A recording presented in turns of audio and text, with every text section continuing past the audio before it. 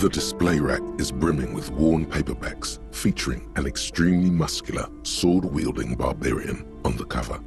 Nearly all the titles contain the word Heimdall somewhere. Oh, Man from Heimdall. A very popular series of adventure novels. They're awfully immoral and violent books.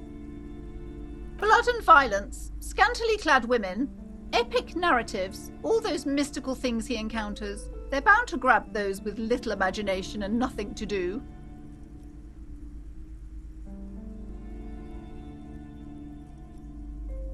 What does it matter?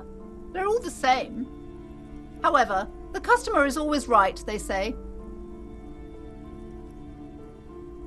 If you're a novice of the series, I'd recommend Heimdall Man, the Man from Heimdall. It's supposed to be a good introduction to the series. Oh yes, certainly. Another good sale. Rows and rows of Heimdall men blur your vision. You make out some titles. Man from Heimdall and the Mammoth Riders. Man from Heimdall, Return to Heimdall. And the solipsistic Man from Heimdall and the Heimdall Man. Maybe 100.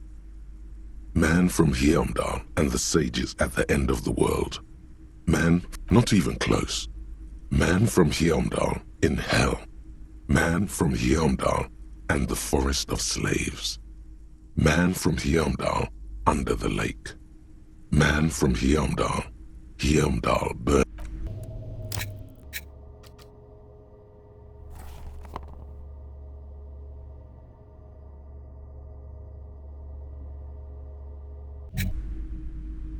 Bent metal, broken glass, your path lies strewn with the broken forms of everyday objects. You are the destroyer, the bane of inanimate matter.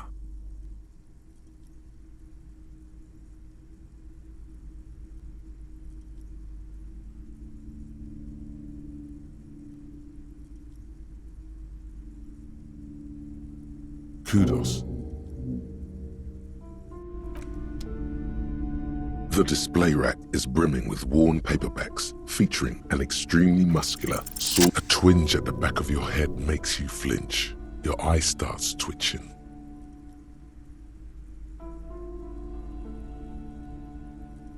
Your hand reaches toward a book with glossy cover art of the very muscular Man from Heimdall in chains, kneeling in front of a staircase leading to a throne. A woman sits on the throne, leering at the man. She's laughing at him, belittling him. Between the throne and the Heimdall man lies a bonfire, casting shadows on the wall. The shadow of the woman's headdress looks like a pair of devil horns. The title reads, Man from Heimdall and the Devil Woman. The display rack before you is burdened under piles of Man from Heimdall novels. It is a bestseller for a reason.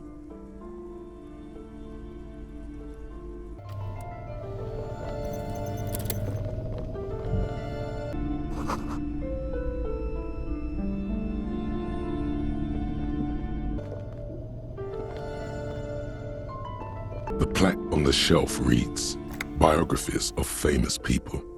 You see a large variety of names, none of which ring a bell. I would say... The Greatest Innocence. Yes, most certainly. It's an important educational tool, delving into the depths of history, religion, and their relation to innocentic power. A very influential historical figure. But surely I don't have to tell you that.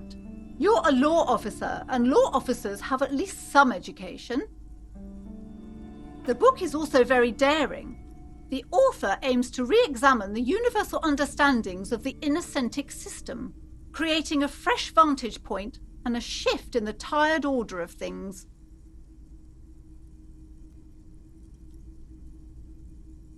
Perhaps for a layman, deep analysis is necessary to peel back the multi-layered meanings. Do her words seem vague and abstract to you? Certainly, it's prudent for a person to have at least an elementary understanding of history and society. Imagine the chaos we'd be in otherwise. You feel like you should get this one. Definitely. It's important somehow. There's something personal inside. A true cultural touchstone. Enjoy the read. Browsing through all the books with all their names makes your head spin. None of these seem important or relevant. It's all just vapid egoism. Suddenly, a particularly odd title catches your eye. It reads, High Speed Love, the tragic true love story of Jacob Irv and Alfie Delatraz, by one Cecilia Averbrook. High Speed Love chronicles the romance between two of the finest tip-top tourney racers in history. One of them is the madcap driver, Jacob Irv. His blonde mane graces the cover.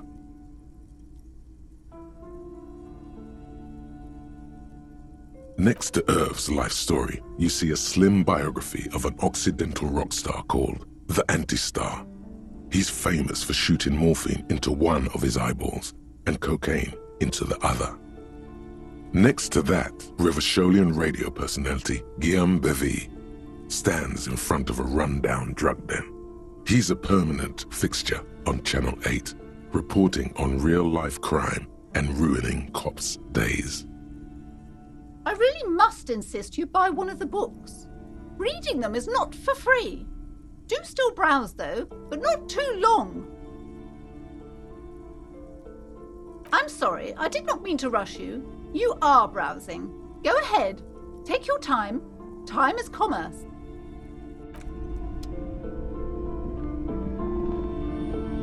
These shelves are overburdened with books from the same series.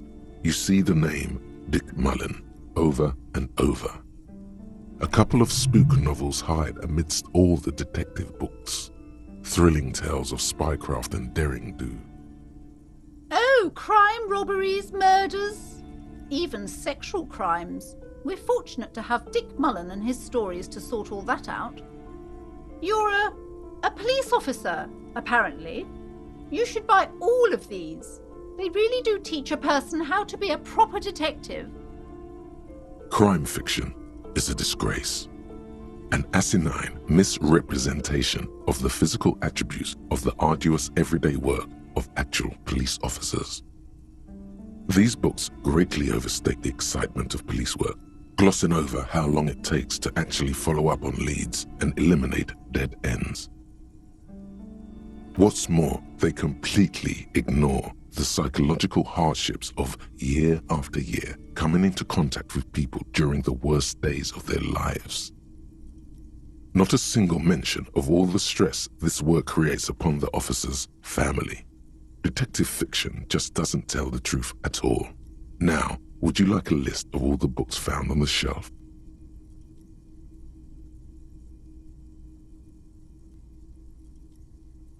You see Dick Mullen on the job. Get Me Mullen. The Stalwart Adventures of Richard P. Mullen. Dick Mullen and the Murder in the Orchard.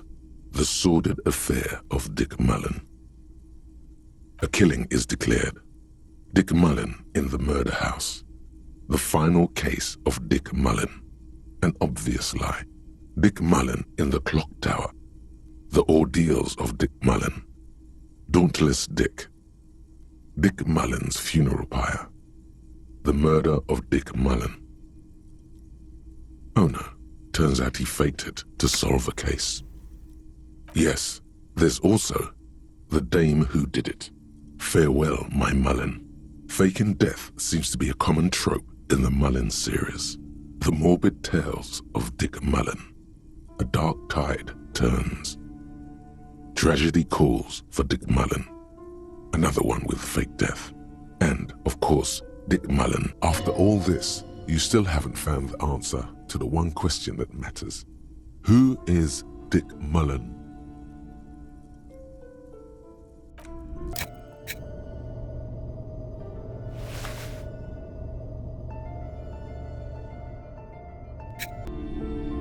Shelves filled to the brim with crime novels featuring the supposedly Your quick eye notices a small caterpillar crawling across the spine of a book.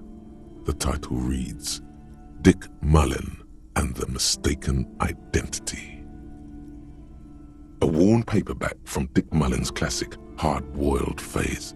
The premise seems to be that Dick Mullen is framed for the murder of his best friend and has just a few days to prove his innocence. Could it be the motifs of unstable identities and shocking betrayals?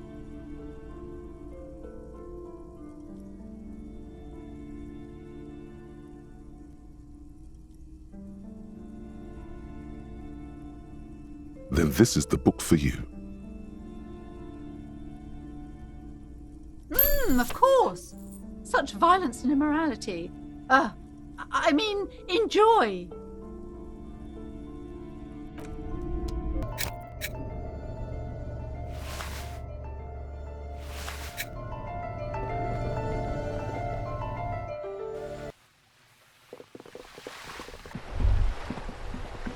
There. Working class drunk. You know what this means, right? Cracked it. All in a good day's work.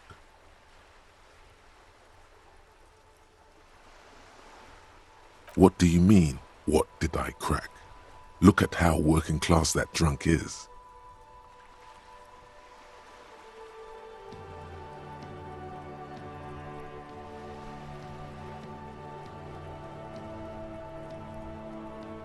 Yes, and you found him. Now go and tell the working class woman. Protect and serve, recruit. Do marriages make any sense? Does honor? You're not a filthy philosopher. You're an officer of law.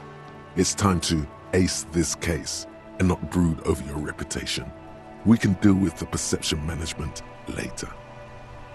There's no need for champagne when there's honor, recruit.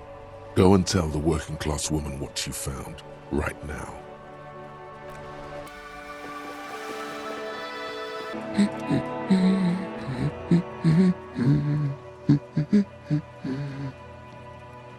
God damn it, I already told you. My husband isn't missing. Very well then. Where is he?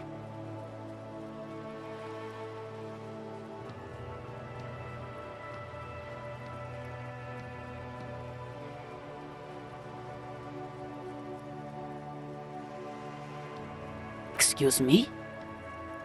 I don't follow. Right, 'cause working class women come with alcoholic husbands. You know what? Remember, about that what, never ever say what.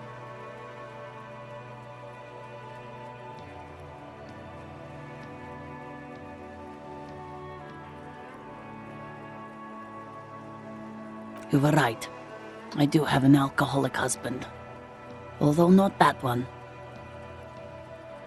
Ha, blam, knew it.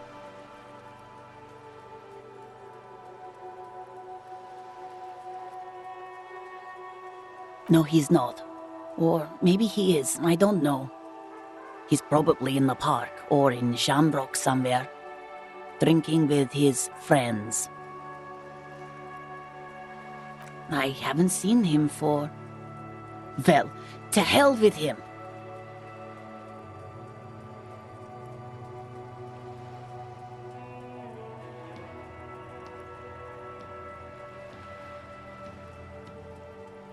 I wouldn't be so sure. Man, just to be completely clear, do you want to report it to the police? Report what? He's just out drinking with his friends. I'm sure the police has better things to do than to chase down local goofballs.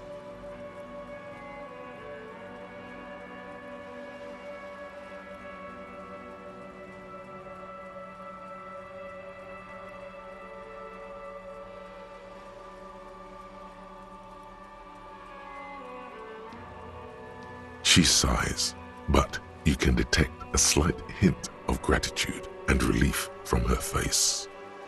All right, go ahead. Do you have any questions? Honestly, not that different from you.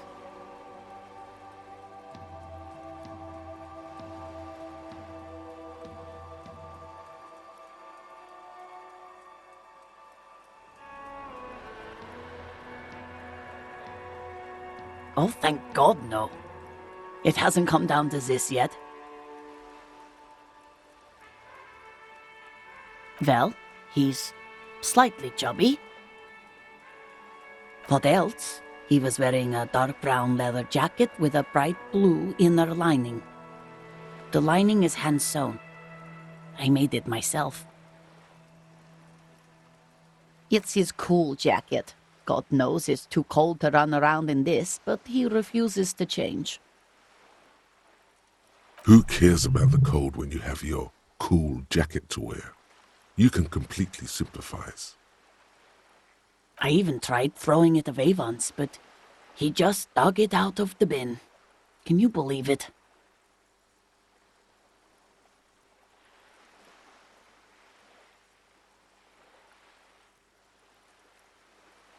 Well, what can you do?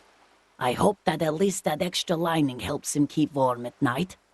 I wouldn't like him to catch cold. Yesterday morning, he went to the library. He went to retrieve my book, and he promised he'd walk straight back home. Because we talked about this. We talked about not wandering off again. I don't know what to do. I honestly don't know what to do with his addiction. Just makes me feel weak. Gone for around 36 hours then. Damn, this is a missing persons case. She turns away from you in an attempt to recover. So you are going to look for him?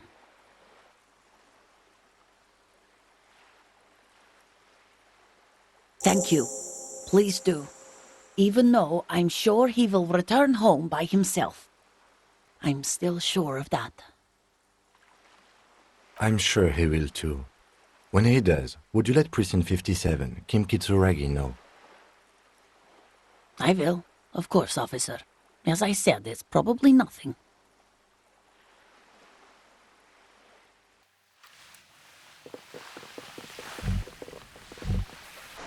The sight of bullet holes stirs something in you, making you forget the lieutenant's surname.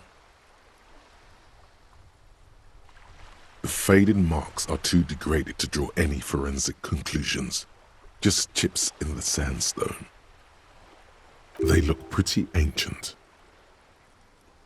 Where?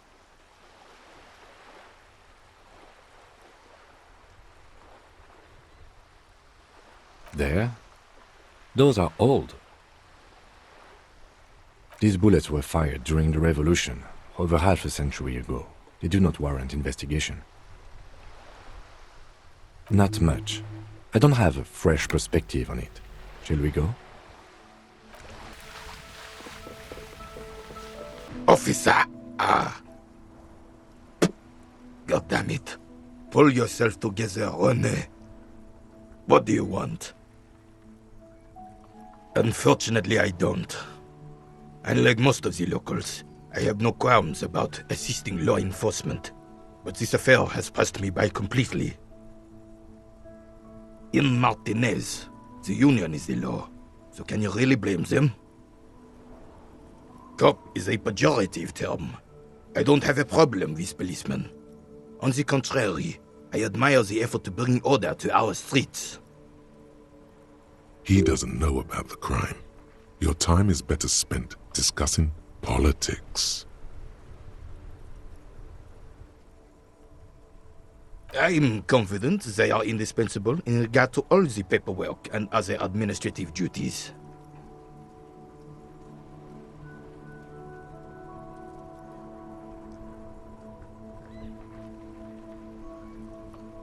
But you must agree that nature, in her infinite wisdom, has made men more fit to perform certain, more challenging tasks.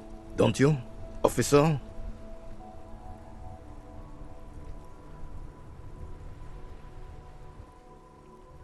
Really, officer? Match an average woman against an average man in a dark alley and see who comes out on top. Gender equality is a very noble, very modern idea. But in real life, primal roles prevail. But I do not wish to discuss this matter further. Yes, the terrain here provides an interesting variety to a familiar game. Yes, it was left by heavy artillery fire. Why what? Because that's what happens when communists hijack your country, execute your supreme leadership, and turn your capital into a slaughterhouse. You use heavy ordnance to clean up your home.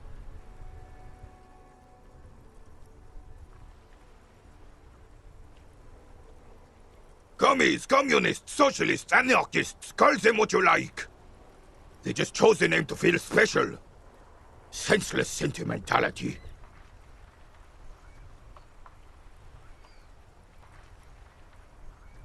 Sadly, no. It was the foreigners who brought them to their knees. We fought valiantly. Too valiantly. So valiantly we got licked. Should have fought dirty, like they did with their suicide sex cult propaganda and mad anarchist women strapped to shrapnel bombs. We didn't though, and we lacked caliber.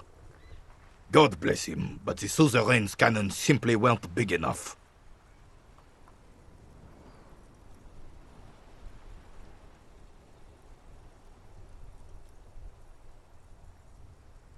Because this place is a damn beachhead. Had to soften the commies up first. Yes, the military coordinated amphibious landing to take back Revachol. Martinez was used as one of the 3 footholds in Revachol during Operation Deathblow in 08. The other 2 are off in Stella Maris and the Delta.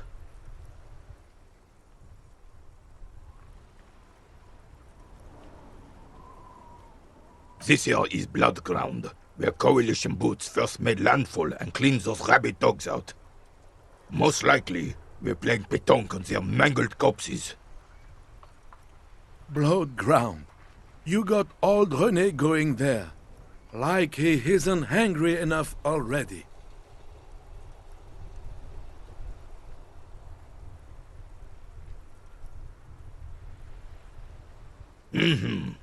Don't get me wrong, officer.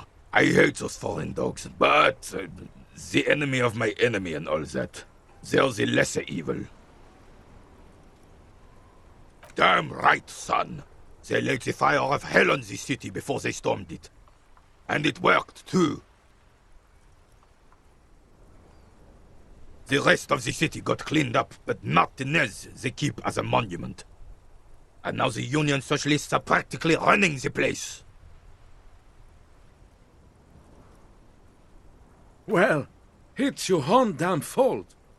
You, we, the coalition, Revachol, whoever you want to blame, never finished the job. Officially, the party never surrendered. Of course they still all influence. You don't even begin to truly understand the players at the table, let alone the specific circumstances surrounding the... What do you think? Thinking men have opinions on these things. Present one.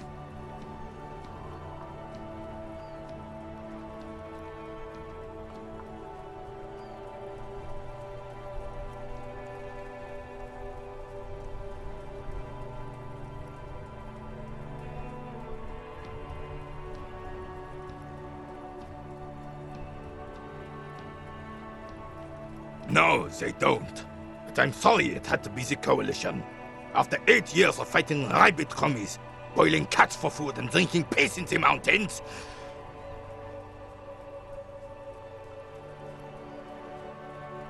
I would have preferred if the Right Honorable King Guillaume returned through Revachol, or even if that damn clan Frisel had risen from the grave and led us.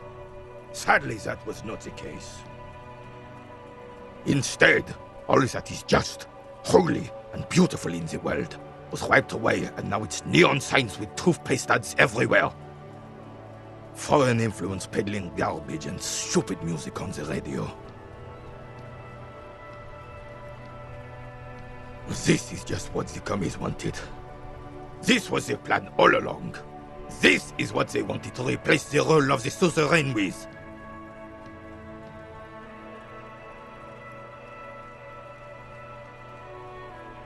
Damn Frissel. He was a king we couldn't protect. The Carabineers failed him, and the crown.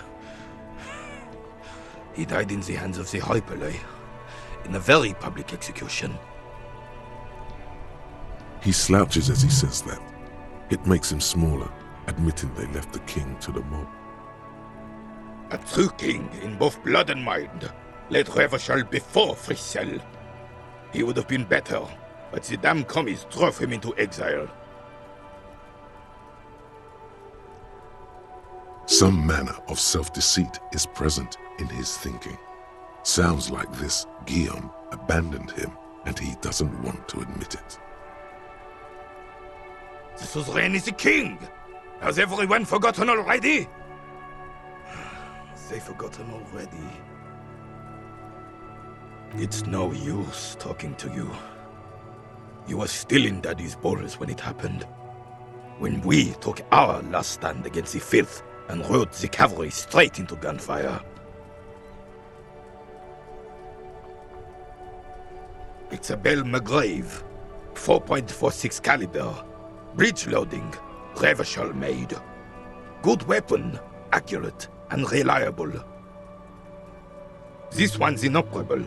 The bolt spring is missing and the mechanism is jammed shut. Still a beauty. Where did you find her?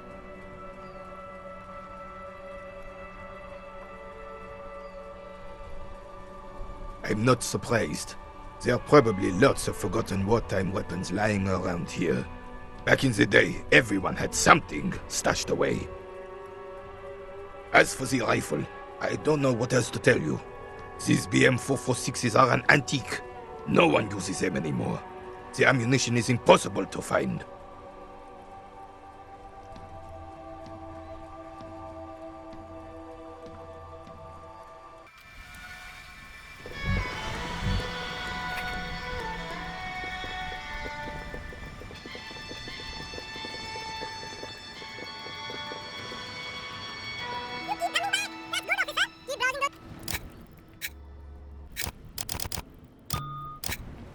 You keep coming back.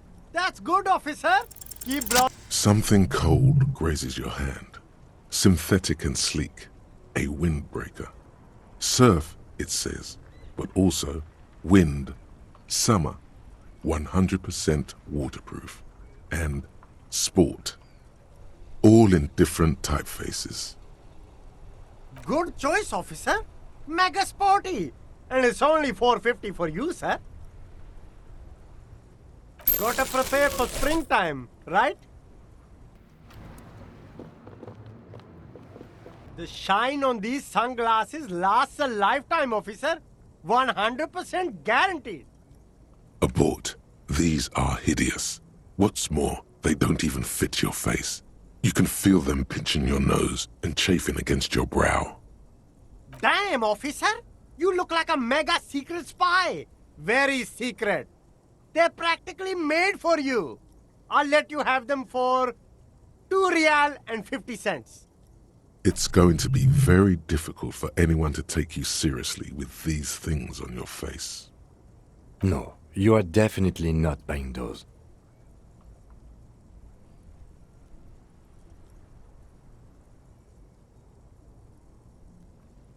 No, I can't. We can't walk around with you looking like this. Okay, fine. Go ahead. If you want to look like a walking midlife crisis, then who am I to interfere? A good starter pair, officer. And when you're ready to upgrade, come back and see me.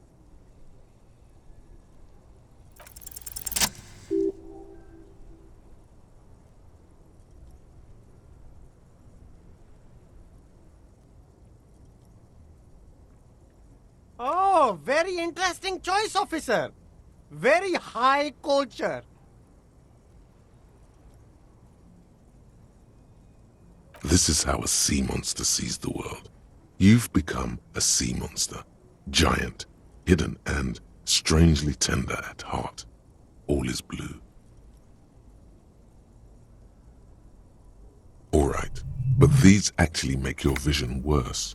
It's like literally being underwater.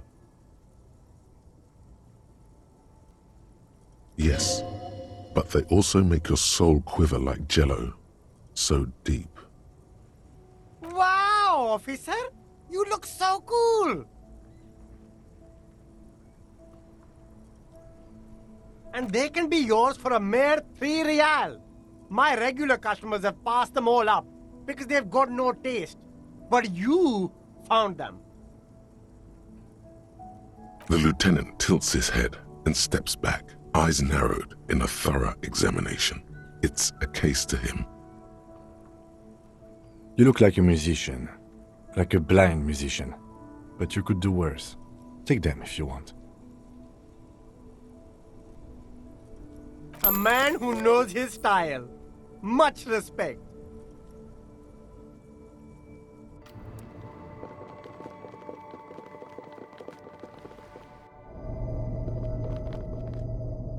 Wow, a very large red t-shirt with an impressive print stands out from the other garb. Oh yeah, the print depicts a muscled man striding toward you, a giant sword in each hand, encircled by burning embers. Behind him is a cluster of cabins engulfed in flames. Beneath him are the words, Heimdall burning.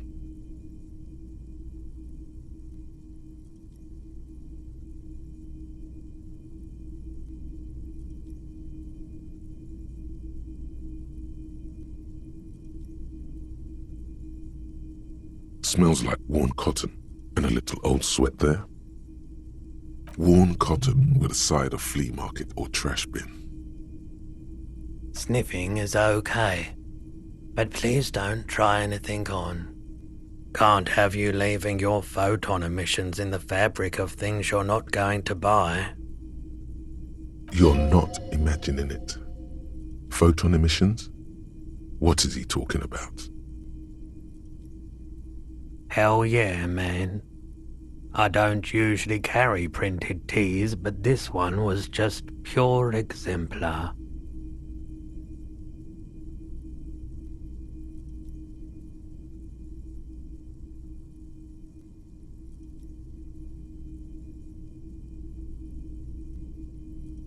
I wouldn't go so far as to say that I'm a fan, but I do think the Heimdall saga is an integral part of our shared reality. Most people don't think that the man from Heimdall really existed, but they're wrong. I mean, even if the man from Heimdall didn't exist before the adventure novels, the stories have made it so that he has. It's simple, really. Okay. You sound skeptical. It's not that complicated. All that's required is a more robust understanding of cause and effect. Besides, I've been to Kotla, though not quite as far north as the Heimdall, and watched northern lights travel across the sky. Very unique, energetic tides there. It's for the best, because Heimdall is not a real place, and thus he could not have gone there. His theory isn't exactly incoherent, but its logic does suggest some unusual neural activity. Interesting. Very, very unique energies indeed. Geomagnetic ley lines, one might even say.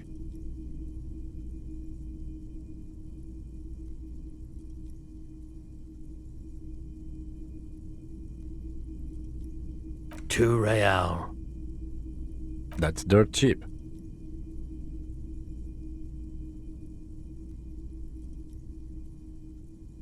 But why?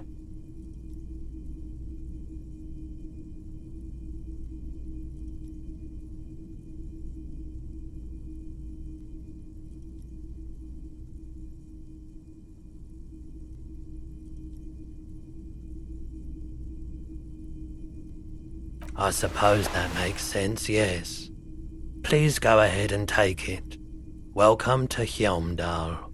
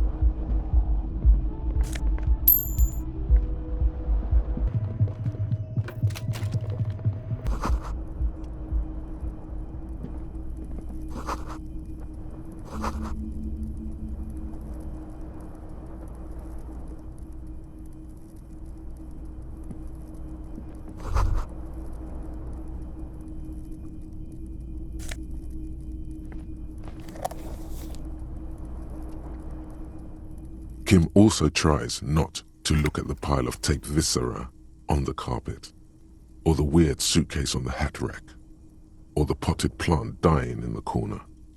But it's all just too morbid to ignore. The man is finding it hard not to trip on the tape, and not to send any of the bottles rolling across the floor.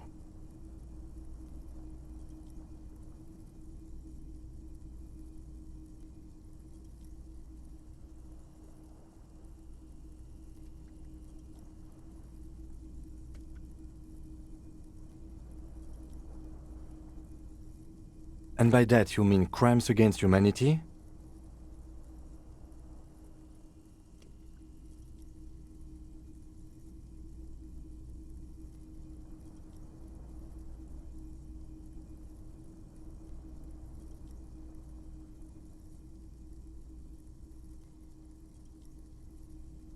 I know what you meant.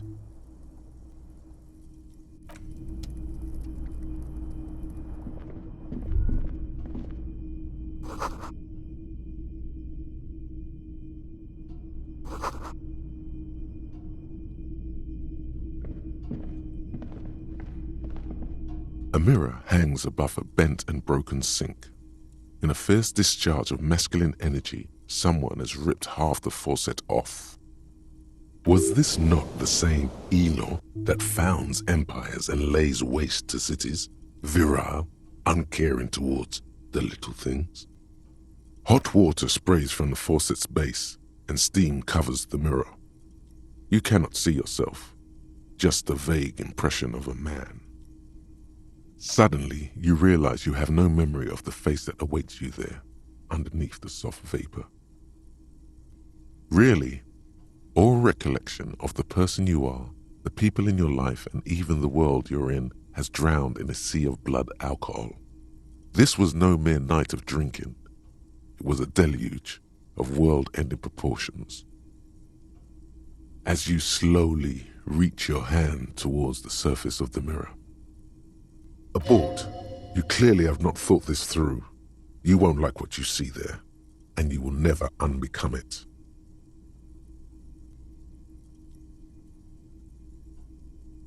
Yeah, there is definitely something wrong with it. Where to even begin? There is the bloatedness, then the swollenness. It's like there's an upholstery of alcohol underneath your skin. It's not. Your nose feels like a small balloon in the middle of your face. It hurts when you honk it. It doesn't appear to be a particularly tiny nose either. Not with all the drinks it's absorbed for you. It's not. It's swollen and snail-like, wriggling between your fingers. Don't be scared. It's only your face. It's not like anyone's going to see it. Behold. You have no idea who this thing is, do you?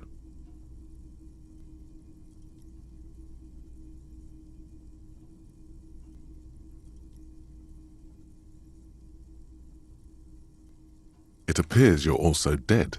There's clearly rigor mortis on your face. Or wait, is that an expression? Are you trying to make an expression with that face?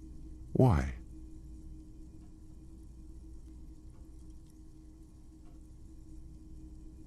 Please stop. It's horrible. You're scaring yourself.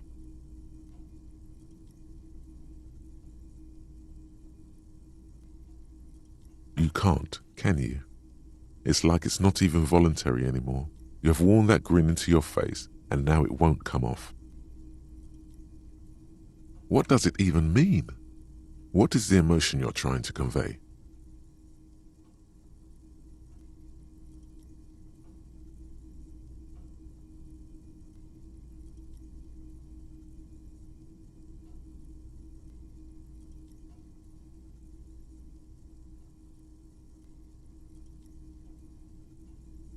You should check yourself for a pulse, superstar. From here it looks like a cadaverous spasm.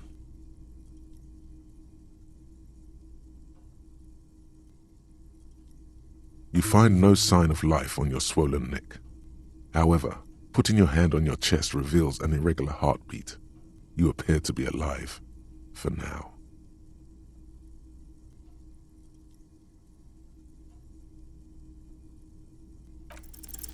It belongs in the new, the third decade of the current century.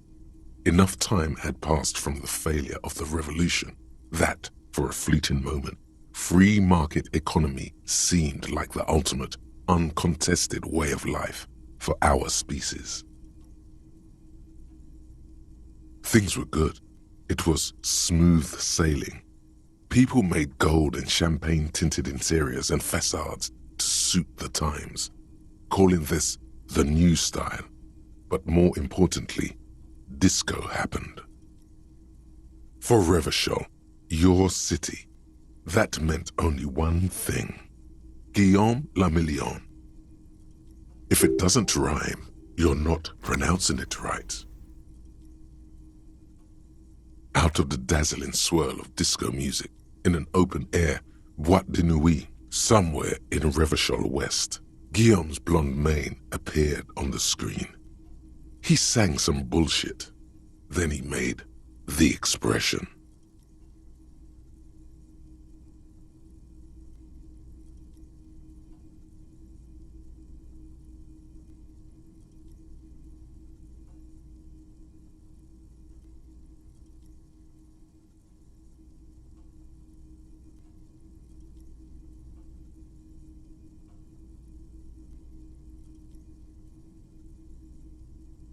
The click is used to spur on a horse. It also features heavily in Guillaume le Million's regional mega hit, Don't Worry, Your Pretty Little Head. Sometimes you like to add finger pistols to the mix because, unlike Guillaume le Million, you are a police officer. It's your nifty little way to say, I'm armed and dangerous. Everyone loved it. Maybe you thought some of the stardust would rub off on you. Maybe it did. Either way, it's all gone now. Only the grimace remains. There is a vast ocean of time between right now and the expression, looking good on you, or anyone. 2 decades, if the calendar is to be trusted. Humanity has run aground in that time. It's a different world now. The expression is a relic. You have some understanding of the near history of disco, plus the trivia you've picked up along the way. Episodic memory, however, remains in the dark. It may never return. You should prepare yourself for that. It doesn't have to be. You can swoon over Guillaume and his champagne-corked smile whenever you want to. Maybe some of the stardust will return.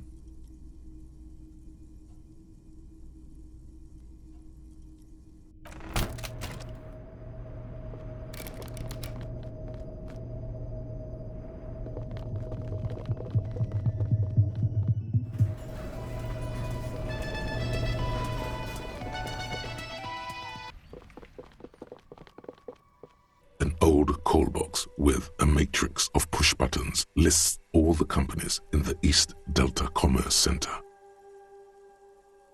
You ring the doorbell, but no one answers. What an ominous name for a hair salon. Doesn't bode well for anyone's hair.